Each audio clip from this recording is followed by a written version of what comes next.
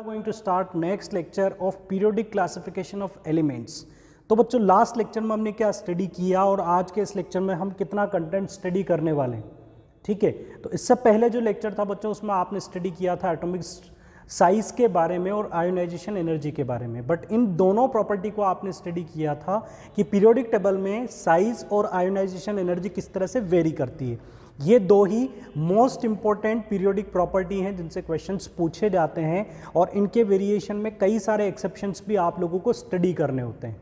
तो जैसा कि बच्चों मैंने आपको बताया कि आपको पीरियोडिक टेबल में इन दोनों चीज़ों को अच्छे से रिवाइज करना है, एटॉमिक साइज को, आयोनाइजेशन एनर्जी को। कोशिश करें कि जितने एक्सेप्शनल केसेस है वो भी आप अच्छे से कवर कर पाएँ। Now students, today we will start electron gain enthalpy, then we will continue with electronegativity. चलिए आज बात करते हैं इलेक्ट्रॉन गेन एंथैल्पी की next periodic property, electron gain enthalpy, और इसे रिप्रेजेंट किया जाता है डेल्टा एच। और इलेक्ट्रॉन गेन इसलिए आप इसे रिप्रेजेंट कर देते हैं डेल्टा एच ईजी से। ठीक है, इसके लिए एक और टर्म मैं आपको भी बताऊंगा, इलेक्ट्रॉन एफिनिटी। बट स्टार्टिंग से ही मैं आपको क्लियर कर देता हूं कि जो मॉडर्न कॉन्सेप्ट है वो इलेक्ट्रॉन गेन एंथैल्पी के अकॉर्डिंग ही डिफाइंड है। चलिए इलेक्ट्रॉन गेन एंथैल्पी यानी कि इलेक्ट्रॉन एफिनिटी, सबसे पहले इसको डिफाइन करते हैं। जैसे कि इसका नाम है कि यहां पर क्या होगा, इलेक्ट्रॉन गेन होगा। इसे स्टडी करने से पहले एक बार आप रिवाइज कर लो। आपने स्टडी कर लिया जेड इफेक्टिव किस तरह से वेरी करता है, आपने स्टडी किया साइज का पीरियोडिक टेबल में किस तरह से वेरिएशन होता है, और आयोनाइजेशन एनर्जी आपने स्टडी किया कि लेफ्ट टू राइट मूव करते हो तो आई ई जो है ये इंक्रीज होती है और टॉप टू बॉटम मूव करने पर आई ई डिक्रीज होती है। बिकॉज आयोनाइजेशन एनर्जी बोलती है कि इलेक्ट्रॉन को निकालने के लिए कितनी एनर्जी रिक्वायर्ड है। आयोनाइजेशन एनर्जी एक एनर्जी का अमाउंट है जो कि रिक्वायर्ड होता है जब आप किसी एटम से, आइसोलेटेड गैसियस एटम से इलेक्ट्रॉन निकालते हो। अब हमें करना है अपोजिट केस, अब हमें उस एटम में एक इलेक्ट्रॉन ऐड करना है। अब हमें एक आइसोलेटेड गैसियस एटम में इलेक्ट्रॉन का एडिशन करना है और अब जो एनर्जी चेंज होगा उसे क्या बोला जाएगा, इलेक्ट्रॉन गेन एंथैल्पी। अब जो एनर्जी चेंज होगा बच्चों उसे क्या बोला जाएगा, इलेक्ट्रॉन गेन एंथैल्पी। और इलेक्ट्रॉन को निकालने पर जो एनर्जी, इलेक्ट्रॉन को निकालने पर जो एनर्जी चेंज होता था वो था ionisation energy. Now we will add electron into the atom. ठीक है, और उससे जो एनर्जी चेंज होगा उससे आप क्या बोलोगे, इलेक्ट्रॉन गेन एंथैल्पी। अब बात करते हैं कि क्या ये एनर्जी रिलीज होगी या एब्जॉर्ब होगी। तो बच्चों अकॉर्डिंग टू डेफिनेशन या हम जनरल केसेस की बात करें तो जनरली इलेक्ट्रॉन गेन एंथैल्पी या किसी एटम में इलेक्ट्रॉन ऐड करने पर ज़्यादातर केसेस में एनर्जी रिलीज होती है। मैं आपको कुछ केसेस भी बताऊंगा जिसमें इलेक्ट्रॉन को ऐड करने के लिए एनर्जी भी रिक्वायर्ड होती है। कुछ ऐसे भी केसेस हैं जिनमें इलेक्ट्रॉन्स को ऐड करने पर एनर्जी भी रिक्वायर्ड होती है, बट ज़्यादातर केसेस में अगर एटम में इलेक्ट्रॉन ऐड किया जाता है तो उससे एनर्जी रिलीज ही होती है। ठीक है, चलिए अब हम बात करते हैं, बाकी कंटेंट धीरे धीरे स्टडी करेंगे। सबसे पहले बात करते हैं इलेक्ट्रॉन गेन एंथैल्पी को हम किस तरह से डिफाइन करेंगे। It is energy released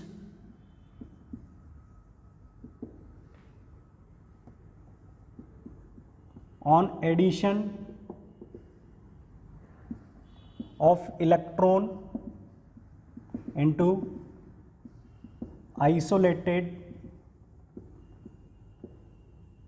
gaseous atom। जिस तरह से आपने आयोनाइजेशन एनर्जी की यूनिट्स डिफाइन की तो आप इसकी यूनिट भी डिफाइन कर सकते हैं, किलो जूल पर मोल भी आप इसकी डिफाइन कर सकते हैं यूनिट्स। इलेक्ट्रॉन वोल्ट पर एटम में भी आप electron gain enthalpy means electron affinity की यूनिट्स को डिफाइन कर सकते हैं। ठीक है, मैं बार बार इलेक्ट्रॉन गेन एंथैल्पी बोलूंगा बट कई कंटेंट में या कई जगह पर आप इलेक्ट्रॉन एफिनिटी भी सुनेंगे। मैं अभी आपको डिफरेंस दोनों में क्लियर कर दूंगा।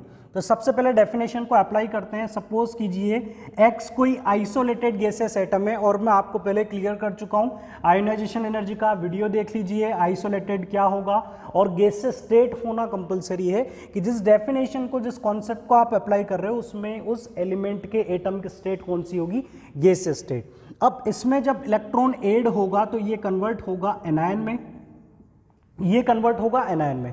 अब डिपेंड करता है कि जब ये एनायन में कन्वर्ट होगा तो मे भी यहां पर एनर्जी रिलीज हो और यहां पर एनर्जी एब्जॉर्ब हो। बट जिस इलेक्ट्रॉन गेन एंथैल्पी को हम डिफाइन कर रहे हैं या ज्यादातर केसेस को हम देखें तो वहां पर कुछ ना कुछ एनर्जी का अमाउंट रिलीज होगा। यहां पर कुछ ना कुछ एनर्जी का अमाउंट रिलीज होगा। मींस जनरल लेवल को आप स्टडी करें, किसी एटम में इलेक्ट्रॉन ऐड करने पर कुछ एनर्जी रिलीज होगी जो कि आइसोलेटेड गैसेस एटम होगा, और इस रिलीज होने वाली एनर्जी को आप क्या बोल रहे हैं, इलेक्ट्रॉन गेन एंथैल्पी। इसे हम क्या बोल रहे हैं, इलेक्ट्रॉन एफिनिटी। अब मैं डिफरेंस आपको क्लियर कर देता हूं कि बुक्स में जो डिफरेंस लिखा होता है या जो दो टर्म लिखी होती है, इलेक्ट्रॉन एफिनिटी, और दूसरी टर्म लिखी होती है बच्चों इलेक्ट्रॉन गेन एंथैल्पी।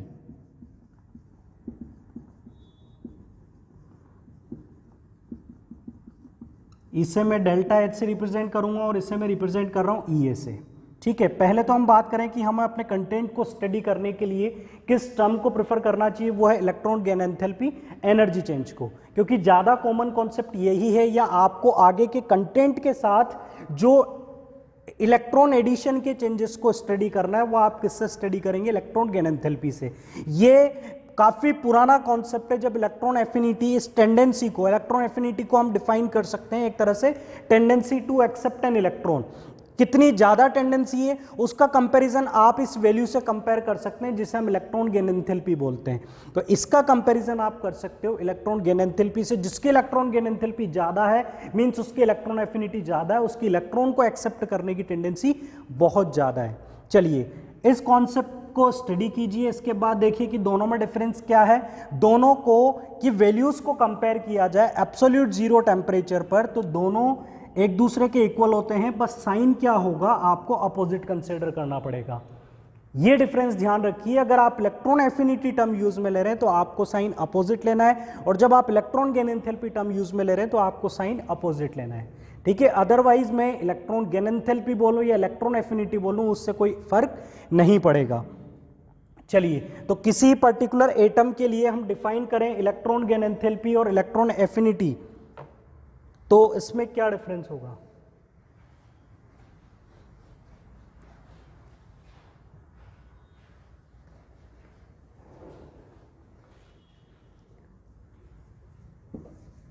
तो जैसा कि आप लोग यहां पर देख रहे हैं कि हमने x किसी एटम में एक इलेक्ट्रॉन ऐड किया, x में कोई इलेक्ट्रॉन ऐड किया, ये कन्वर्ट होगा माइनस, यहां पर जो एनर्जी का अमाउंट रिलीज होगा, सपोज कीजिए कि ये अमाउंट है y। अब ये अमाउंट रिलीज होगा तो इसे हम क्या बोलेंगे, ई ए इज इक्वल टू वाई। और अगर इलेक्ट्रॉन गेन एंथैल्पी बोला जाएगा, अगर इसे इलेक्ट्रॉन गेन एंथैल्पी बोलोगे तो वहां पर डेल्टा एच कैसा होगा, नेगेटिव वैल्यू होगी। अगर अमाउंट कैसा होता है, रिलीज होता है, मींस प्रोसेस कैसा होता है, एक्सोथर्मिक होता है। तो जो इसका साइन होगा, मींस इस अमाउंट को आपने इलेक्ट्रॉन एफिनिटी बोल दिया, बट इलेक्ट्रॉन गेन एंथैल्पी के केस में आपको इस अमाउंट को क्या लेना पड़ेगा, अपोजिट साइन में कंसीडर करना पड़ेगा। तो इस प्रोसेस को अगर मैं लिखूं, इस प्रोसेस के लिए delta H means electron gain enthalpy कितनी होगी, तो हमारा आंसर क्या होगा, माइनस वाई। ये वाई किलो जूल पर मोल या वाई इलेक्ट्रॉन वोल्ट पर एटम, यहां पर क्या है, एक एनर्जी का अमाउंट है। तो इस एनर्जी अमाउंट को अगर आप इलेक्ट्रॉन एफिनिटी बोलते हैं तो आप उसको एज इट इज जो इसका साइन है वही कंसीडर करेंगे, पॉजिटिव साइन के साथ लिखा हुआ है। बट इलेक्ट्रॉन गेन एंथैल्पी की बात करेंगे तो ये अमाउंट जो है रिलीज हुआ है, तो यहां पर इसका साइन कैसा होना चाहिए, नेगेटिव होना चाहिए। मींस दोनों के साइन क्या होंगे, अपोजिट होंगे। तो एक्सोथर्मिक केस में इलेक्ट्रॉन गेन एंथैल्पी नेगेटिव होती है, और अगर हम बात करें एंडोथर्मिक केस में तो ये वैल्यू होगी positive in case of endothermic. तो बच्चों इस केस में अगर आप इलेक्ट्रॉन एफिनिटी की बात करें तो फिर उसका साइन कैसा हो जाएगा, नेगेटिव हो जाएगा। तो इतना सा डिफरेंस आप माइंड में रखिएगा, ज़्यादा कंफ्यूजन नहीं रखना है इलेक्ट्रॉन गेन एंथैल्पी और इलेक्ट्रॉन एफिनिटी को लेकर। आपको अपने टॉपिक से डाइवर्ट नहीं होना है। हमारा टॉपिक है इलेक्ट्रॉन गेन एंथैल्पी, या हम बोल सकते हैं इलेक्ट्रॉन एफिनिटी, जिसमें हमें केवल ये स्टडी करना है कि इलेक्ट्रॉन को ऐड करने पर कहाँ पर ज़्यादा एनर्जी रिलीज होती है, इलेक्ट्रॉन को ऐड करने पर कहां पर ज्यादा एनर्जी रिलीज होती है, या फिर हम ऐसा बोल सकते हैं कि इलेक्ट्रॉन को गेन करने की टेंडेंसी ज्यादा किस में होती है। ठीक है, इलेक्ट्रॉन एफिनिटी में अगर आप ज्यादा कुछ भी ना समझ पाए तो आप केवल इसे एक टेंडेंसी कंसीडर कर लीजिए, इसे केवल आप कंसीडर कर लीजिए एक tendency to accept an electron. एक इलेक्ट्रॉन को एक्सेप्ट करने की टेंडेंसी मैक्सिमम किस में होगी, जिसकी इलेक्ट्रॉन गेन एंथैल्पी ज्यादा होगी। मींस जो ज्यादा अमाउंट रिलीज करेगा, मींस हम बोल सकते हैं कि जिसका डेल्टा एच इजी ये कैसा होना चाहिए, मोर नेगेटिव होगा, मोर नेगेटिव होगा, उसकी इलेक्ट्रॉन को एक्सेप्ट करने की टेंडेंसी ज्यादा होगी। इस चीज को समझिएगा। इलेक्ट्रॉन एफिनिटी में एनर्जी कब रिलीज होती है, एनर्जी कब रिलीज होगी, जब उस एटम में इलेक्ट्रॉन ऐड किया जाएगा। एनर्जी कब रिलीज होगी, जब उसमें इलेक्ट्रॉन ऐड होगा। एनर्जी कब रिलीज होगी, जब उसमें इलेक्ट्रॉन ऐड होगा। और ज्यादा एनर्जी कब रिलीज होगी, जब उसमें इलेक्ट्रॉन को एक्सेप्ट करने की टेंडेंसी ज्यादा होगी। जैसे कि हम बात करें क्लोरीन की, तो क्लोरीन की इलेक्ट्रॉन को एक्सेप्ट करने की टेंडेंसी ज्यादा है, तो क्लोरीन में आप इलेक्ट्रॉन डालोगे तो बहुत ज्यादा एनर्जी रिलीज होगी। सोडियम में इलेक्ट्रॉन डालोगे तो उतनी एनर्जी रिलीज नहीं होगी। क्लोरीन में बहुत ज्यादा रिलीज होगी, क्योंकि क्लोरीन की इलेक्ट्रॉन को गेन करने की टेंडेंसी ज्यादा है। और उस टेंडेंसी को ही बच्चों हमें क्या कंसिडर कर लेना है, इलेक्ट्रॉन एफिनिटी कंसिडर कर लेना है। क्योंकि वैल्यू के अकॉर्डिंग हम कंपैरिजन नहीं कर पाएंगे पीरियोडिक टेबल में। पीरियोडिक टेबल में जो आप कंपैरिजन करोगे वो एक टेंडेंसी के अकॉर्डिंग करोगे। तो हमें पीरियोडिक टेबल में केवल इसी वेरिएशन को स्टडी करना है कि किन एलिमेंट्स की इलेक्ट्रॉन को गेन करने की टेंडेंसी ज़्यादा है और किन एलिमेंट्स की इलेक्ट्रॉन को गेन करने की टेंडेंसी कम है। ठीक है, सिंपल टेंडेंसी का वेरिएशन हमें यहाँ पर स्टडी करना है, हमें वैल्यूज़ का कंपेरिजन या वैल्यूज़ को स्टडी नहीं करना है। Clear students? तो हम बात करते हैं इलेक्ट्रॉन एफिनिटी की वेरिएशन की, मींस इलेक्ट्रॉन को गेन करने के टेंडेंसी के वेरिएशन की।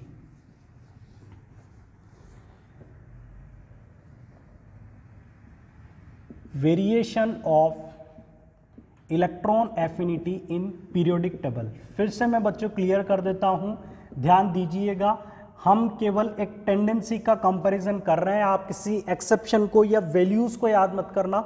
वैल्यूज के अकॉर्डिंग जाओगे तो फिर जो आप कंपैरिजन स्टडी करोगे उसमें कई सारे फ्लक्चुएशन आएंगे।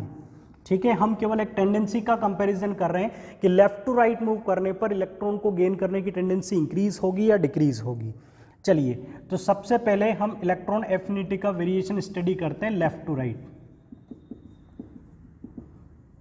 On moving left to right electron affinity, electron को गेन करने की टेंडेंसी इंक्रीज होनी चाहिए या डिक्रीज होनी चाहिए? आप खुद सोचिए, आप खुद सोचिए कि ये दो एटम हैं, दोनों के अंदर इलेक्ट्रॉन को ऐड करना है, किसमें इलेक्ट्रॉन को ऐड करने की ज्यादा टेंडेंसी होगी?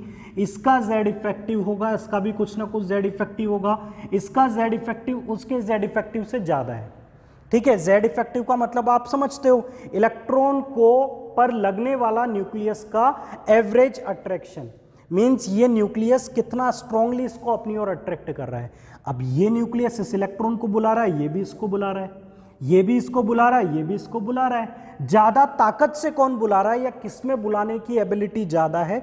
जिसका जेड इफेक्टिव ज्यादा है। तो बच्चों क्लियर है ना कि दोनों में से किसमें इलेक्ट्रॉन को गेन करने की टेंडेंसी ज्यादा है? इसमें।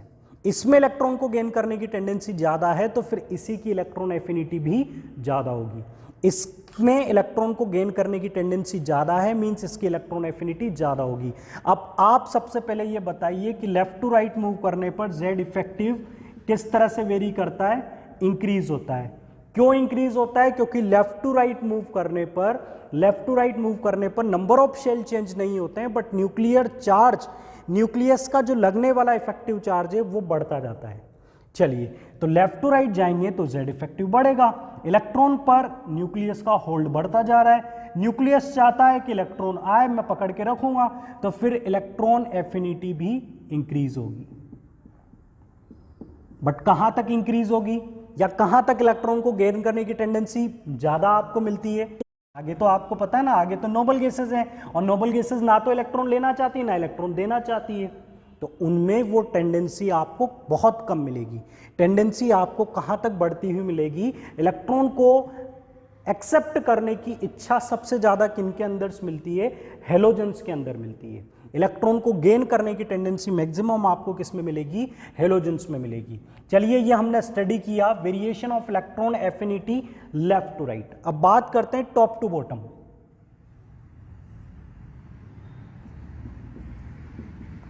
टॉप टू बॉटम और यहाँ पर हम बात कर रहे हैं इलेक्ट्रॉन एफिनिटी की। तो electron affinity top to bottom move करने पर इंक्रीज होगी या डिक्रीज होगी? चलिए, टॉप टू बॉटम किसी भी प्रॉपर्टी के वेरिएशन को स्टडी करने के लिए हमें किस कॉन्सेप्ट को रिलेट करना है, वो है नंबर ऑफ शेल। मैंने आपको स्टार्टिंग में जब पीरियोडिक प्रॉपर्टीज स्टार्ट की थी बच्चों, तभी मैंने आपको बताया था कि अगर आप कॉलम वाइज या ग्रुप वाइज किसी प्रॉपर्टी को स्टडी कर रहे हैं तो वहां पर आप कंपैरिजन करें नंबर ऑफ शेल के बेसिस पर, और लेफ्ट टू राइट आप किसी प्रॉपर्टी को स्टडी कर रहे हैं तो वहां पर आप किसकी हेल्प लें? इफेक्टिव न्यूक्लियर चार्ज की। तो हमने लेफ्ट टू राइट जब बताया तो हमने इफेक्टिव न्यूक्लियर चार्ज को प्रेफर किया। क्यों? क्योंकि लेफ्ट टू राइट किसका वेरिएशन आपको मिलता है? इफेक्टिव न्यूक्लियर चार्ज का। और टॉप टू बॉटम मूव करते हैं तो किस में वेरिएशन आता है? नंबर ऑफ शेल में। तो जो वेरी कर रहा है वो आपकी प्रॉपर्टी को अच्छे से एक्सप्लेन कर पाएगा। तो अब हम प्रॉपर्टीज को स्टडी करेंगे नंबर ऑफ शेल के बेसिस पर। ज़्यादा डोमिनेटिंग प्रॉपर्टी कौन सी है, हम ऐसी बात करें टॉप टू बॉटम मूव करने पर, तो वो कौन है? Number of shell. तो सबसे पहले तो ये क्लियर करो कि मैंने इलेक्ट्रॉन एफिनिटी के कंपैरिजन के लिए इसी को क्यों लिया, क्योंकि ये ज़्यादा अप्रोप्रिएट है, इसका वेरिएशन ज़्यादा मैटर करता है, जेड इफेक्टिव यहाँ पर मैटर नहीं करेगा। बात करते हैं तो नंबर ऑफ शेल कैसे वेरी करते हैं। हम सभी जानते हैं कि टॉप टू बॉटम मूव करने पर नंबर ऑफ शेल इंक्रीज होते हैं। अब हमने बात की कि इस न्यूक्लियस में 2 शेल हैं और इस न्यूक्लियस में यानी कि इस एटम के पास 1 शेल है, इसमें 2 शेल हैं। इसमें भी इलेक्ट्रॉन आ रहा है, इसमें भी इलेक्ट्रॉन आ रहा है, दोनों लगभग सेम जेड इफेक्टिव रखते हैं, बट इलेक्ट्रॉन को एक्सेप्ट करने की टेंडेंसी ज़्यादा किस में होगी? छोटी साइज के एटम में। ठीक है, इलेक्ट्रॉन को एक्सेप्ट करने की टेंडेंसी ज़्यादा किस में होगी? छोटी साइज के एटम में। मीन्स हम बात करें तो आप सिंपली इसे रिलेट कर सकते हैं एटॉमिक साइज से। आप एटॉमिक साइज से इसे रिलेट कर सकते हैं। Electron affinity is inversely proportional to size. छोटी साइज के एटम में इलेक्ट्रॉन को गेन करने की टेंडेंसी ज्यादा होती है और बड़ी साइज के एटम में इलेक्ट्रॉन को गेन करने की टेंडेंसी कम होती है।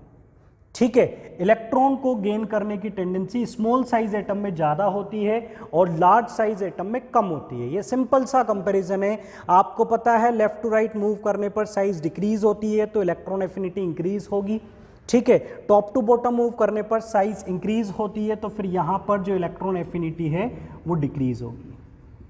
क्लियर? तो स्टूडेंट्स ये था एक कंपैरिजन इलेक्ट्रॉन एफिनिटी का। एक बार फिर से मैं आपको रिवाइज करवा देता हूं। आपको प्रॉपर्टीज को बेटर है आप साइज के साथ रिलेट कर दें। लेफ्ट टू राइट मूव करने पर साइज डिक्रीज होती है तो इलेक्ट्रॉन एफिनिटी इंक्रीज होगी। और फिर से क्लियर कर देता हूं, इलेक्ट्रॉन एफिनिटी को आप एक टेंडेंसी की तरह कंपेयर करें, टेंडेंसी टू एक्सेप्ट इलेक्ट्रॉन। ठीक है, आप एनर्जी के अंदर जाएंगे तो फिर एनर्जी जो है कुछ एलिमेंट्स के केसेस में पॉजिटिव होगी, कुछ केसेस में नेगेटिव होगी। तो फिर आप कंपैरिजन किस वैल्यू से करेंगे? क्योंकि सबके लिए एनर्जी रिलीज नहीं होती है, कुछ के केसेस में एनर्जी एब्जॉर्ब भी होती है। तो कुछ के केसेस में उसका साइन पॉजिटिव भी होगा और कुछ केसेस में साइन नेगेटिव भी होगा। तो फिर कंपैरिजन पूरा डिस्टर्ब हो जाएगा। तो इस सीक्वेंस को स्टडी करने के लिए आप एज ए टेंडेंसी इसे स्टडी करें और लेफ्ट टू राइट मूव करने पर साइज डिक्रीज होती है इसलिए इलेक्ट्रॉन एफिनिटी बढ़ेगी और top to bottom size increase होती है इसलिए इलेक्ट्रॉन एफिनिटी डिक्रीज होगी। चलिए, इसमें कोई एक्सेप्शनल केस जिस पर क्वेश्चन पूछा जाता है तो ऐसा भी केस है बच्चों। वो केस होगा कि इलेक्ट्रॉन एफिनिटी की हम बात करें हैलोजन फैमिली के लिए। Halogen family means fluorine, chlorine, bromine, iodine. तो इसका सीक्वेंस क्या होगा? जैसा कि मैंने आपको बताया, फ्लोरीन, क्लोरीन, ब्रोमीन, आयोडीन एक ग्रुप में आते हैं और अभी अभी आपने स्टडी किया है कि टॉप टू बॉटम मूव करने पर साइज इंक्रीज होने की वजह से इलेक्ट्रॉन को गेन करने की टेंडेंसी कम हो जाती है। ठीक है, तो यहां पर अगर मैं बात करूं ऑर्डर ऑफ ईए तो जो आपका आंसर होगा कि सर साइज बढ़ रही है इसलिए इलेक्ट्रॉन एफिनिटी डिक्रीज होनी चाहिए। ठीक है, ये आपका एक्सपेक्टेड आंसर था। बट जो मैंने आंसर यहां पर लिखा बच्चों वो ये है, क्लोरीन, फ्लोरीन, ब्रोमीन, आयोडीन। मैंने बोला बच्चों ये करेक्ट होगा, ये यहां पर इनकरेक्ट ऑर्डर है, ये इनकरेक्ट ऑर्डर है और ये करेक्ट ऑर्डर है। अब इसी कंपैरिजन को आपको स्टडी करना है। मींस यहां पर सर ऐसा बोल रहे हैं कि क्लोरीन की इलेक्ट्रॉन एफिनिटी फ्लोरीन से ज्यादा है, मतलब क्लोरीन की ज्यादा टेंडेंसी है फ्लोरीन के कंपैरिजन में इलेक्ट्रॉन को गेन करने की। तो अब आपके माइंड में डाउट आएगा कि सर ये तो आपने हेलोजन फैमिली ली, अगर मैं ऑक्सीजन फैमिली की बात करूं तो यहां पर भी बेटा सल्फर ही ज्यादा होगा ऑक्सीजन से, यहां पर भी सल्फर ही ऑक्सीजन से ज्यादा होगा।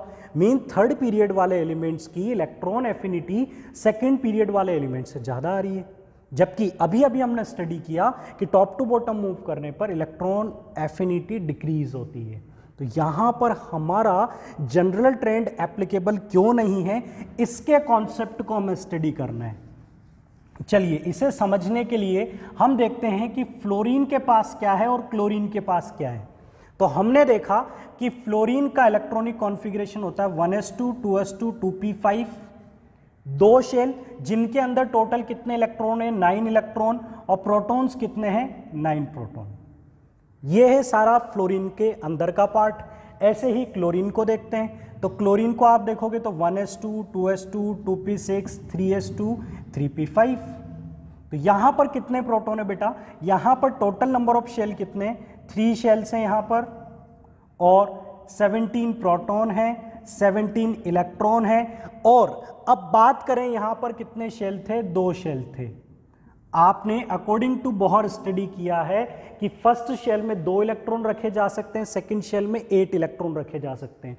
तो 2 शेल की अगर बात करूं मैं कैपेसिटी की, तो इन 2 शेल की कैपेसिटी कितनी है 10 इलेक्ट्रॉन्स की। और इसके अंदर आप कितने इलेक्ट्रॉन फिल कर सकते हो, फर्स्ट में 2, सेकंड में 8, थर्ड में 18। मींस बच्चों टोटल कितने इलेक्ट्रॉन आप फिल कर सकते हो, 28 इलेक्ट्रॉन फिल कर सकते हो। चलिए इतने ज़्यादा कंटेंट में मत जाइए, आप तो सिंपल ये मैं आपको ये बताना चाहता हूँ कि क्लोरीन के अंदर जगह बहुत ज़्यादा है। मींस अगर मैं इसमें काउंट करूँ तो पूरा का पूरा 3D खाली है, पूरा का पूरा 3D खाली है, जिसमें कितने इलेक्ट्रॉन फिल किए जा सकते हैं 10 इलेक्ट्रॉन फिल किए जा सकते हैं। मींस आपके 17 इलेक्ट्रॉन्स फिल करने के बाद भी क्लोरीन में 11 इलेक्ट्रॉन्स की जगह खाली बची हुई है। बच्चों आपने 17 इलेक्ट्रॉन्स फिल कर दिए, उसके बाद भी 10 इलेक्ट्रॉन आप डी में डाल सकते हो, एक पी में डाल सकते हो, तो टोटल 11 इलेक्ट्रॉन की स्पेस यहां पर बची हुई है। जबकि इस केस में अगर हम देखें तो 9 इलेक्ट्रॉन्स के बाद अब केवल एक ही इलेक्ट्रॉन आप इन शेल्स के अंदर फिल कर सकते हो। तो मेरे कहने का मतलब यह है कि यहां पर इलेक्ट्रॉन्स स्पेस बहुत ज्यादा है, तो मैं इससे सिंपल कंपैरिजन कर सकता हूं डेंसिटी से। ठीक है, किसी पर्टिकुलर स्पेस में किसी पर्टिकुलर सब्सटेंस के प्रेजेंस की आप बात करें तो आप उसे क्या बोलेंगे, यूनिट स्पेस में या यूनिट वॉल्यूम में जब आप डिफाइन करें तो उसे आप क्या बोल सकते हैं, डेंसिटी। तो यहां पर मैं आपसे पूछूं बच्चों, इलेक्ट्रॉन की डेंसिटी फ्लोरीन में ज्यादा होगी या क्लोरीन में ज्यादा होगी, इलेक्ट्रॉन की डेंसिटी फ्लोरीन में ज्यादा होगी या क्लोरीन में ज्यादा होगी। तो सिंपल आपने कंपैरिजन किया कि क्लोरीन के अंदर स्पेस ज्यादा है, इलेक्ट्रॉन कम है। क्यों? क्योंकि यहां पर डी ऑर्बिटल आ चुके हैं, यहां पर डी ऑर्बिटल नहीं थे, इसलिए 10 इलेक्ट्रॉन की जगह पर कितने इलेक्ट्रॉन रखे हुए थे, 9। यहां पर 28 इलेक्ट्रॉन्स की जगह पर कितने इलेक्ट्रॉन रखे हुए हैं, 17। मींस क्लोरीन के अंदर इलेक्ट्रॉन्स की डेंसिटी कम है, इलेक्ट्रॉन्स ज्यादा हैं, इलेक्ट्रॉन्स ज्यादा हैं, बट इलेक्ट्रॉन की जो डेंसिटी है वो क्लोरीन में कम है। और क्यों कम है, क्यों कम है क्लोरीन में इलेक्ट्रॉन्स की density, due to the availability of vacant D orbitals. तो यहां पर मैं लिख देता हूं availability of vacant D orbitals, पूरे के पूरे डी ऑर्बिटल्स क्लोरीन में खाली है, सो लो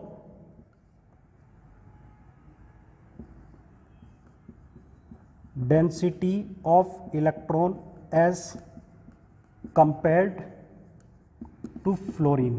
तो अब आप बोल सकते हैं कि इलेक्ट्रॉन एफिनिटी जो है वो क्लोरीन की ज़्यादा होगी फ्लोरीन से, क्योंकि इलेक्ट्रॉन को अंदर आने के लिए कौन अपोज करेगा, इलेक्ट्रॉन्स। अगर बहुत सारे इलेक्ट्रॉन्स वहाँ रखे हैं तो फिर वहाँ पर फ्लोरीन में इलेक्ट्रॉन डालना मुश्किल हो जाता है और क्लोरीन में इलेक्ट्रॉन डालना आसान हो जाता है। तो समझे बच्चों आप मेरा कंपैरिजन कि फ्लोरीन और क्लोरीन में कंपैरिजन किस तरह से किया। फिर से मैं बोलता हूं कि यहां पर आपके पास इलेक्ट्रॉन डेंसिटी बहुत ज़्यादा है, यहां पर इलेक्ट्रॉन डेंसिटी कम है क्योंकि बहुत सारी जगह खाली है। तो यहां पर कोई नया इलेक्ट्रॉन आएगा तो उसका इतना रिपल्शन नहीं मिलेगा, जबकि फ्लोरीन में आपको इलेक्ट्रॉन डालोगे तो उस इलेक्ट्रॉन पर बहुत ज्यादा रिपल्शन होगा। बहुत ज्यादा रिपल्शन होगा मतलब इलेक्ट्रॉन फ्लोरीन के अंदर डालना काफी मुश्किल हो जाएगा। इलेक्ट्रॉन्स फ्लोरीन के अंदर डालना मुश्किल हो जाएगा एज कंपेयर टू क्लोरीन। अब ये बात तो मैं आपको पहले बोल चुका हूं कि पीरियोडिक टेबल में सबसे ज्यादा इलेक्ट्रॉन एफिनिटी किसकी होगी, हैलोजेंस की, और हैलोजेंस में भी सबसे ज्यादा इलेक्ट्रॉन एफिनिटी किसकी मिलेगी, क्लोरीन की। तो हम बोल सकते हैं कि जो क्लोरीन है इसकी इलेक्ट्रॉन एफिनिटी या इसकी इलेक्ट्रॉन गेन एंथैल्पी हाईएस्ट होगी इन पीरियोडिक टेबल। पूरी पीरियोडिक टेबल में आपसे पूछा जाए कि सबसे ज्यादा इलेक्ट्रॉन गेन एंथैल्पी किस एलिमेंट की है या सबसे ज्यादा इलेक्ट्रॉन एफिनिटी किस एलिमेंट की है, तो आपका आंसर क्या होगा, क्लोरीन होगा। सबसे ज्यादा इलेक्ट्रॉन को गेन करने की टेंडेंसी पीरियोडिक टेबल में किस में है, क्लोरीन में है। Clear, because chlorine right most position पर है। दूसरा पॉइंट, राइट में भी है बट ये क्लोरीन की जो इलेक्ट्रॉन एफिनिटी है वो फ्लोरीन से एक्सेप्शनली ज्यादा होती है, और वो एक्सेप्शन क्या है कि इसमें डी ऑर्बिटल्स हैं, इस वजह से क्लोरीन में इलेक्ट्रॉन की डेंसिटी कम है, जगह बहुत खाली है, इलेक्ट्रॉन की डेंसिटी कम है, इसलिए इसमें नया इलेक्ट्रॉन आसानी से ऐड हो जाता है, जबकि फ्लोरीन में इलेक्ट्रॉन इतना आसानी से ऐड नहीं हो सकता। चलिए ये कॉन्सेप्ट क्लियर हुआ। ठीक है, एक स्पेसिफिक केस जिस पर कई बार क्वेश्चंस पूछे जाते हैं क्लोरीन को लेकर। अब आगे हम बात करते हैं, जैसे हमने आयोनाइजेशन एनर्जी की बात की थी कि एक एटम से एक इलेक्ट्रॉन निकाला फिर दूसरा इलेक्ट्रॉन निकाला तो क्या होगा, तो उसी तरह से अगर आपने किसी एटम को एक इलेक्ट्रॉन दिया और फिर दूसरा इलेक्ट्रॉन दोगे तो क्या दूसरे की आपने फर्स्ट केस में नोटिस की थी। तो देखिए बच्चों, आपने ऑक्सीजन का एटम लिया, आपने इसमें इलेक्ट्रॉन ऐड किया तो ये कन्वर्ट हो जाता है O- में। ठीक है, ऑक्सीजन ने इलेक्ट्रॉन लिया, बड़ी अच्छी बात है। अब आप O- को फर्दर एक और इलेक्ट्रॉन दे रहे हो तो ये कन्वर्ट होगा O2- में। क्या दोनों केसेस में आपको सेम ऑब्जर्वेशन होगी, क्या दोनों प्रोसेस एक्सोथर्मिक होंगे? चलिए तो बात करते हैं। ऑक्सीजन का कॉन्फ़िगरेशन था बच्चों 287, सॉरी ऑक्सीजन का कॉन्फ़िगरेशन है 26, तो आप काफी अच्छे से जानते हैं कि ऑक्सीजन इलेक्ट्रॉन लेने की टेंडेंसी रखता है। तो 26 है तो इसने एक इलेक्ट्रॉन लिया, तो किसकी इलेक्ट्रॉन को लेने की टेंडेंसी थी, और इलेक्ट्रॉन को लेने की टेंडेंसी है तो ऑब्वियस सी बात है कि एनर्जी रिलीज होगी, क्योंकि ये फिजिबल प्रोसेस है और यहां पर एनर्जी रिलीज होगी, तो इस स्टेप को आप क्या बोलेंगे, एक्सोथर्मिक। क्या सेकंड स्टेप एक्सोथर्मिक होगी या एंडोथर्मिक होगी? मतलब अगर मैं बात करूं तो इस केस का डेल्टा एच मुझे कैसा मिलेगा, नेगेटिव मिलेगा। इस केस की बात करते हैं तो बच्चों इस केस में आप सिंपल इतना देखिए कि ये क्या बन चुका है, एक एनायन बन चुका है, एक नेगेटिव चार्ज बन चुका है। आप कॉन्फ़िगरेशन को मत देखिए कि ये 27 बन चुका है और 28 बनने वाला है। आप ये मत सोचिए कि 27 है और ये तो नियॉन कॉन्फ़िगरेशन पर आने वाला है। आप ये देखिए कि ये एक नेगेटिव चार्ज है और नेगेटिव चार्ज में आप किसे ऐड कर रहे हैं, नेगेटिव को ऐड कर रहे हैं। तो इस इलेक्ट्रॉन का एडिशन जो यहां पर होगा वो इतना आसान नहीं होगा, मींस इतना मुश्किल होगा बच्चों, इस इलेक्ट्रॉन का एडिशन इतना मुश्किल होगा कि ये प्रोसेस यहां पर कैसा हो जाएगा, एंडोथर्मिक हो जाएगा। और एंडोथर्मिक के लिए इलेक्ट्रॉन गेन एंथैल्पी आपको कैसी मिलेगी, पॉजिटिव मिलेगी। तो आप हमेशा ध्यान रखिए किसी भी एटम की सेकंड इलेक्ट्रॉन गेन एंथैल्पी, ये कौन सी इलेक्ट्रॉन गेन एंथैल्पी है, first electron gain enthalpy. First electron gain enthalpy positive भी हो सकती है और नेगेटिव भी हो सकती है, but second electron gain enthalpy हमेशा आपको कैसी मिलेगी, second electron gain enthalpy always positive होगी, क्योंकि दूसरा इलेक्ट्रॉन आप किस में ऐड करोगे, हमेशा एक नेगेटिव आयन में ऐड करोगे, इसलिए सेकंड इलेक्ट्रॉन गेन एंथैल्पी कैसा प्रोसेस होगा, एंडोथर्मिक होगा। एंडो और एक्सोथर्मिक आपको अच्छे से पता है कि यहां एनर्जी रिलीज होगी और यहां पर एनर्जी एब्जॉर्ब होगी। एक बार फिर से समझो, दोनों केसेस का कंपैरिजन मुझे करना था। यहां पर मैंने एक इलेक्ट्रॉन ऐड किया तो यहां पर मैं इसे बोलूंगा first electron gain enthalpy, first electron gain enthalpy, और इसे मैं क्या बोलूंगा, सेकंड इलेक्ट्रॉन गेन एंथैल्पी। इस तरह से रिप्रेजेंट कर देते हैं। तो कंपैरिजन करना है कि दोनों इलेक्ट्रॉन गेन एंथैल्पी में क्या डिफरेंस है। डिफरेंस ये है कि ये नेगेटिव है, पॉजिटिव है, मतलब ये रिलीज हुई है और ये एब्जॉर्ब हुई है। अब इसका रीजन समझना है कि यहां रिलीज क्यों हुई है, क्योंकि इसकी टेंडेंसी थी इलेक्ट्रॉन को लेने की। अगर ये इलेक्ट्रॉन नहीं लेना चाहता, मान लो कोई नोबल गैस का एटम था, या मान लेते हैं सेकंड ग्रुप के जो एलिमेंट होते हैं बेटा, बेरिलियम, मैग्नीशियम, कैल्शियम, इनकी भी इलेक्ट्रॉन को गेन करने की टेंडेंसी बहुत कम होती है। नाइट्रोजन की बात करें, नाइट्रोजन फैमिली में जो नाइट्रोजन है इसकी भी इलेक्ट्रॉन को गेन करने की टेंडेंसी बहुत कम होती है। तो बच्चों ये जो एक्सेप्शंस मैंने आपको बताए हैं, जैसे कि नाइट्रोजन है, सेकंड ग्रुप के एलिमेंट है, नोबल गैसेस हैं, इनकी इलेक्ट्रॉन को गेन करने की टेंडेंसी इतनी कम होती है कि इनके अंदर फर्स्ट इलेक्ट्रॉन अगर ऐड किया जाए तब भी एनर्जी रिलीज नहीं होती, एनर्जी एब्जॉर्ब होती है। ठीक है, जैसे कि मैं बात करूं नाइट्रोजन में आपने इलेक्ट्रॉन ऐड किया तो इसको n माइनस में कन्वर्ट करने के लिए इसमें एनर्जी डालनी पड़ेगी, एनर्जी रिलीज नहीं होगी। क्यों? क्योंकि ये स्टेबल कॉन्फ़िगरेशन में था। तो उसी तरह से आप समझिएगा कि फर्स्ट इलेक्ट्रॉन गेन एंथैल्पी कुछ केसेस में नेगेटिव होती है, ज्यादातर नेगेटिव होती है, और कुछ केसेस में आपको पॉजिटिव भी मिल सकती है, जैसे कि मैंने आपको बताया सेकेंड ग्रुप, नाइट्रोजन एटसेट्रा। अब बात करते हैं सेकेंड इलेक्ट्रॉन गेन एंथैल्पी की, मींस दूसरे इलेक्ट्रॉन का एडिशन।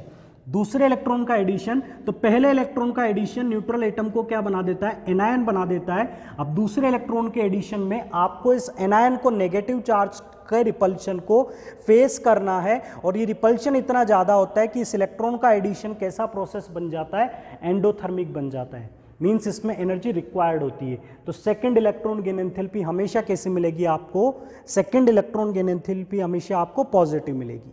चलिए अब हम बात करते हैं, किसी पर्टिकुलर एटम से आपने एक इलेक्ट्रॉन निकाला, ठीक है, ये था आइसोलेटेड गैसियस एटम,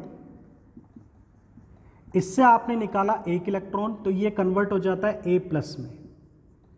आपने फर्दर ए प्लस को एक इलेक्ट्रॉन दिया तो ये कन्वर्ट हो जाएगा फिर से न्यूट्रल एटम में।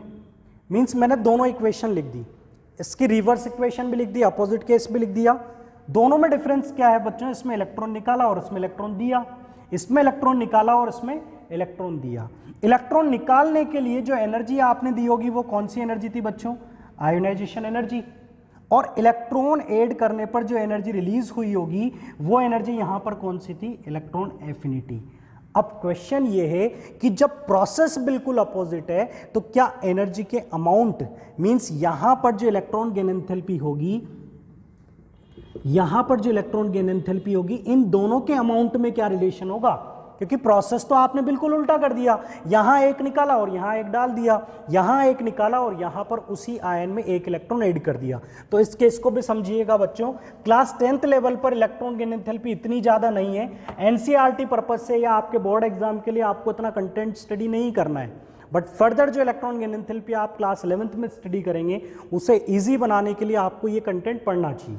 चलिए तो बात करते हैं, आपने इलेक्ट्रॉन निकाला ए से, मींस IE ऑफ ए, और हमें रिलेट करना है इलेक्ट्रॉन आपने किस में ऐड किया? ए प्लस में। Delta H EG of A plus, इन दोनों के अमाउंट में क्या रिलेशन होगा? देखो साइन पर हम नहीं जाते हैं, हम दोनों के अमाउंट को कंपेयर करते हैं। तो यहां पर बच्चों इन दोनों के अमाउंट आपको कैसे मिलेंगे? इक्वल मिलेंगे, दोनों सेम अमाउंट में होंगे। मींस इलेक्ट्रॉन निकालने के लिए आप जितनी एनर्जी देते हो उतनी ही एनर्जी रिलीज हो जाती है जब उस एटम में इलेक्ट्रॉन ऐड होता है। ठीक है, ऐसे इलेक्ट्रॉन निकालने के लिए जितनी एनर्जी आपने दी थी उतनी ही एनर्जी वापस आपको मिल जाएगी जब आप उसका इलेक्ट्रॉन वापस उसे लौटा दोगे। तो ये एक रिलेशन होता है। कई बार क्वेश्चंस को टिपिकल बनाने के लिए ऐसा एक रिलेशन आपको दे दिया जाता है। तो ए की जितनी आयोनाइजेशन एनर्जी होगी, ए प्लस की उतनी ही इलेक्ट्रॉन गेन एंथैल्पी होगी।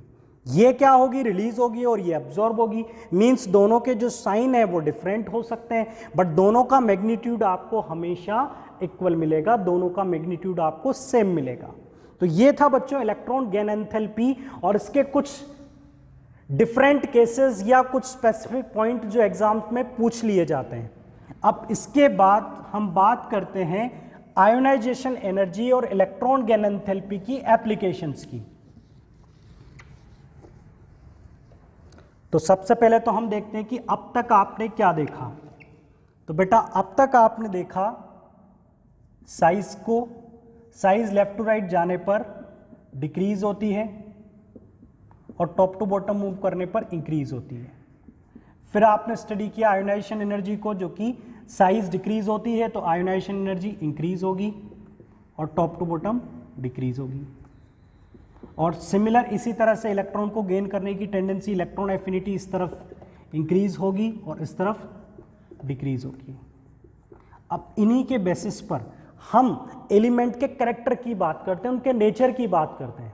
चलिए बच्चों, एक कॉमन सा स्टेटमेंट आपने सुना होगा that metals have the tendency to donate electron. Metal की इलेक्ट्रॉन को देने की टेंडेंसी बहुत अच्छी होती है। मेटल्स आसानी से इलेक्ट्रॉन दे देती है, आसानी से इलेक्ट्रॉन दे देती है मतलब लो आयोनाइजेशन एनर्जी, ऐसा बोल सकता हूं। मेटल्स की आयोनाइजेशन एनर्जी क्या होगी? लो होगी। तो अगर आप बोलें आयोनाइजेशन एनर्जी अगर कम है, लो आयोनाइजेशन एनर्जी है, तो आप क्या बोल सकते हैं कि उसमें जो मेटेलिक नेचर है, जो उसका मेटेलिक कैरेक्टर है, वो कैसा होगा? ज़्यादा होगा। अगर लो आयोनाइजेशन एनर्जी है तो मेटेलिक कैरेक्टर कैसा होगा? हाई होगा।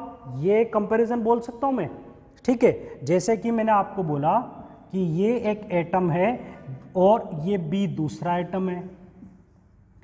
IE जो ए की है वो बहुत कम है बी से।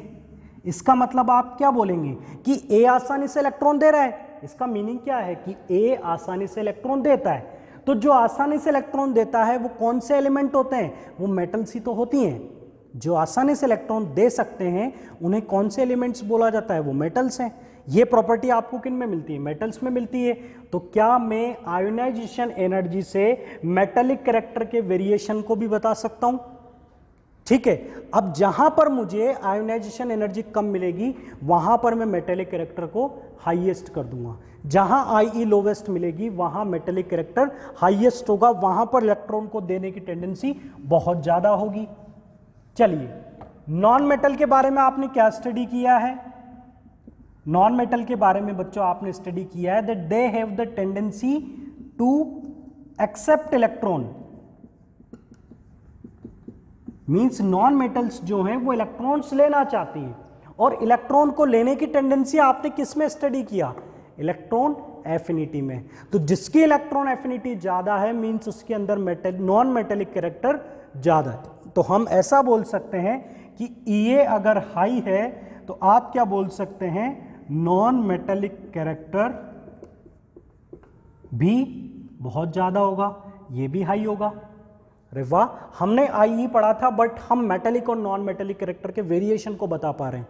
लो ionization energy means high metallic character और high ionization energy means highest non metallic character. चलिए, अब मेटल्स के बारे में आपने ये भी स्टडी किया होगा कि मेटल क्या करती है? इलेक्ट्रॉन डोनेट करने की टेंडेंसी रखती है। अगर मेटल इलेक्ट्रॉन डोनेट करती है तो इस प्रोसेस को आप क्या बोलेंगे? ऑक्सीडेशन। और जो ऑक्सीडाइज होता है उसके नेचर को कौन सा नेचर बोला जाता है? Reducing nature. जो ऑक्सीडाइज होता है वो कैसा नेचर रखता है? रिड्यूसिंग नेचर रखता है, मींस रिड्यूसिंग पावर रखता है। क्योंकि मेटल अगर ऑक्सीडाइज होगा तो ये किसी दूसरे एलिमेंट को रिड्यूस करेगा। अगर ये ऑक्सीडाइज होगा, आपने रिड्यूसिंग एजेंट की डेफिनेशन स्टडी की है, फिर से रिवाइज करवाता हूं। रिड्यूसिंग एजेंट वो सब्सटेंस होते हैं जो खुद ऑक्सीडाइज होते हैं और दूसरे को रिड्यूस करते हैं। तो यहां पर मेटल का आइटम ऑक्सीडाइज हो रहा है ना, तो ये ऑक्सीडाइज हो रहा है मतलब ये किसी को रिड्यूस कर रहा होगा। ठीक है। और नॉन मेटल के बारे में आपने स्टडी किया है कि नॉन मेटल इलेक्ट्रॉन को लेते हैं और वो नेगेटिव आयन में कन्वर्ट हो जाते हैं। तो इलेक्ट्रॉन को लेते हैं मींस ये प्रोसेस कैसा हुआ बेटा? रिडक्शन। ये प्रोसेस कैसा हुआ यहाँ पर? रिडक्शन। और जिसका रिडक्शन होता है उसका नेचर कैसा होगा? ऑक्सीडाइजिंग। वो कैसा एजेंट होगा? ऑक्सीडाइजिंग एजेंट होगा। जो खुद रिड्यूस होता है वो कौन सा एजेंट होता है? ऑक्सीडाइजिंग एजेंट होता है। तो मैं ऐसा भी बोल सकता हूं कि जिनकी रिड्यूसिंग नेचर, रिड्यूसिंग पावर उनकी ज़्यादा है और जिनमें नॉन मेटेलिक कैरेक्टर ज़्यादा है उनका ऑक्सीडाइजिंग नेचर आपको मैक्सिमम मिलेगा।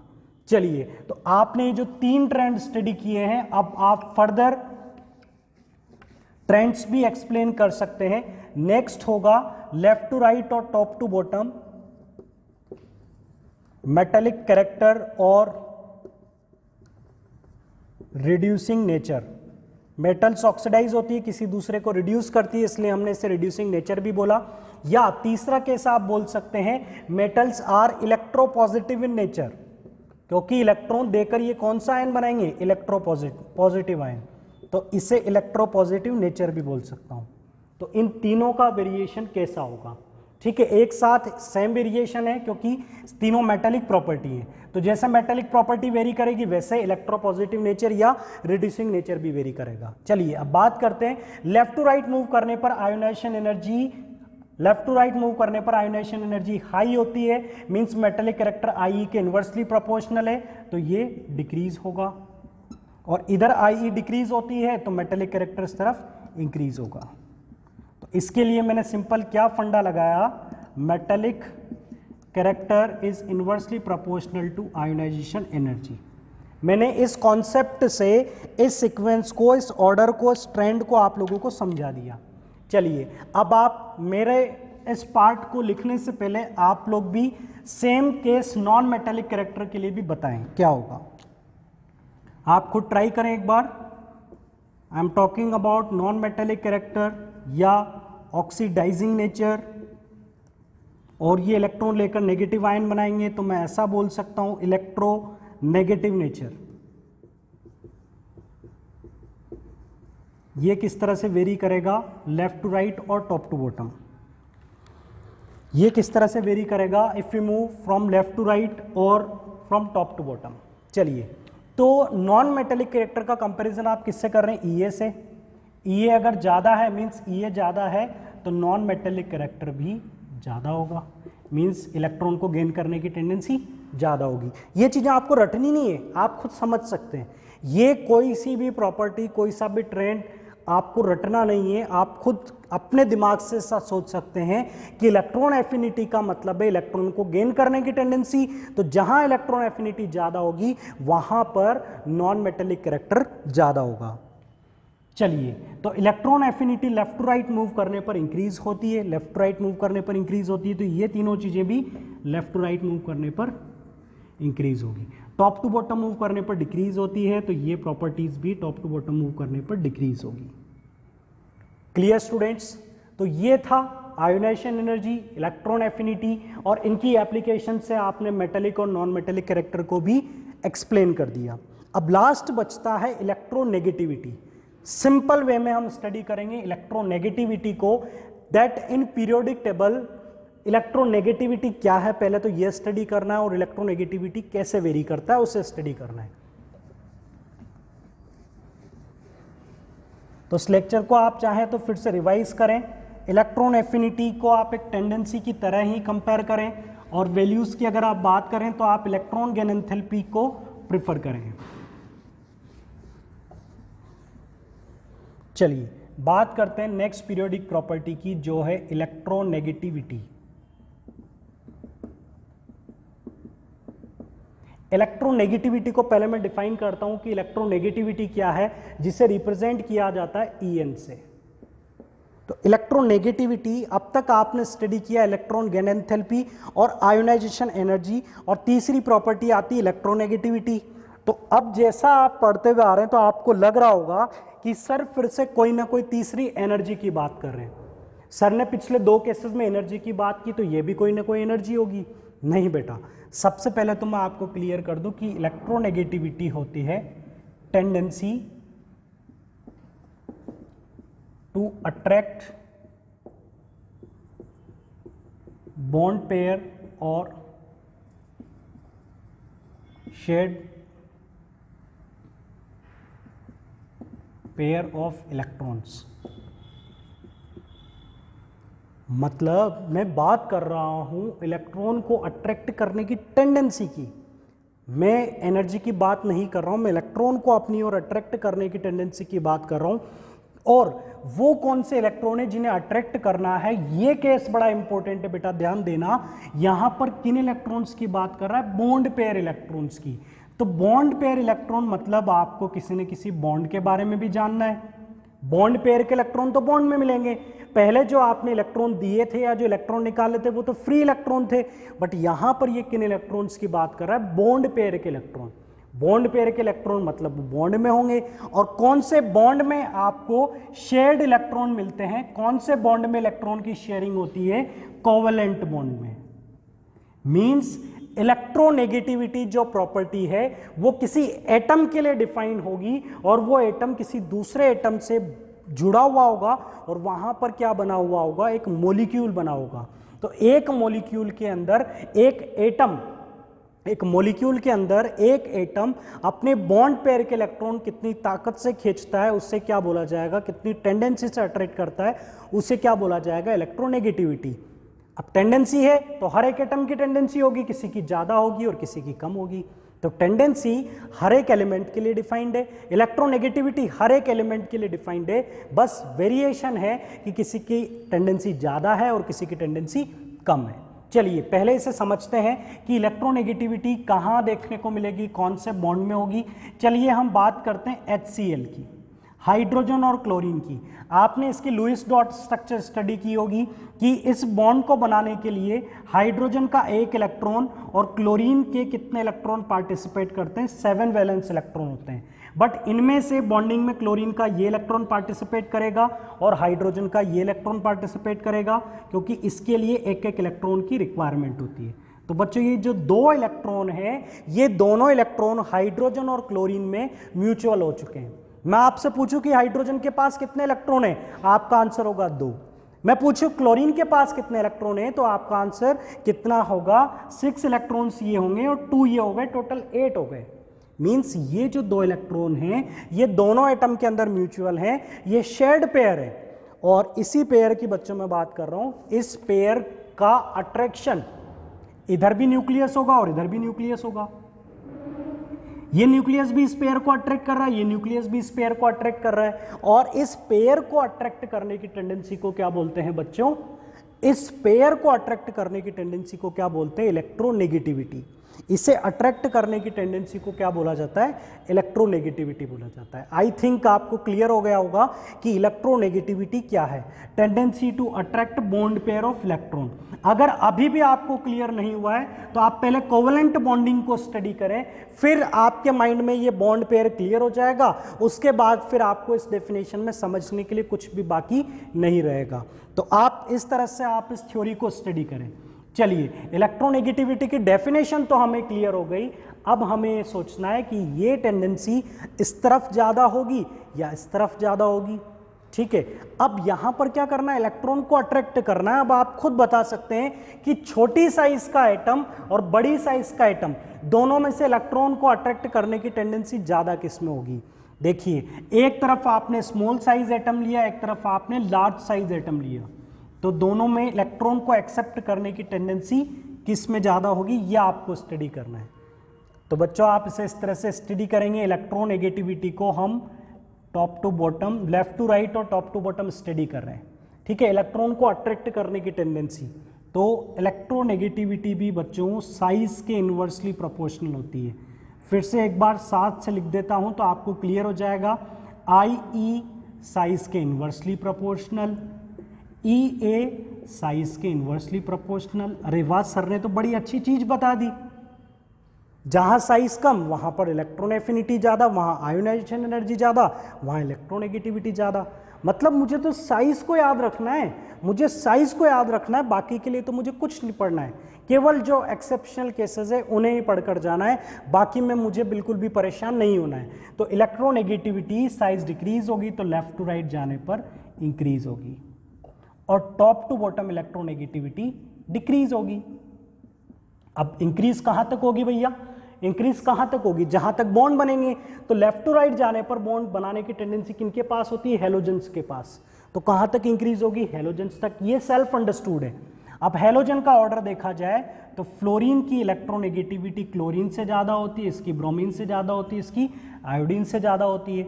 अगर मैं सेकेंड पीरियड की बात करूं तो बोरोन से ज्यादा कार्बन की होगी, कार्बन से ज्यादा नाइट्रोजन, ऑक्सीजन, फ्लोरीन। ये वेरिएशन होता है। ये है बच्चों लेफ्ट टू राइट और ये है बच्चों टॉप टू बॉटम। तो आप कंपेयर कर सकते हैं, जैसा कि मैंने आपको ट्रेंड बताया। और इलेक्ट्रोनेगेटिविटी में आपको कोई एक्सेप्शंस भी नहीं मिलेंगे। तो यही वो पीरियोडिक ट्रेंड है जो कि बहुत आसान है, बट दिखता बहुत टिपिकल है, क्योंकि इसकी डेफिनेशन जो है वो हमें आसानी से क्लियर नहीं होती है।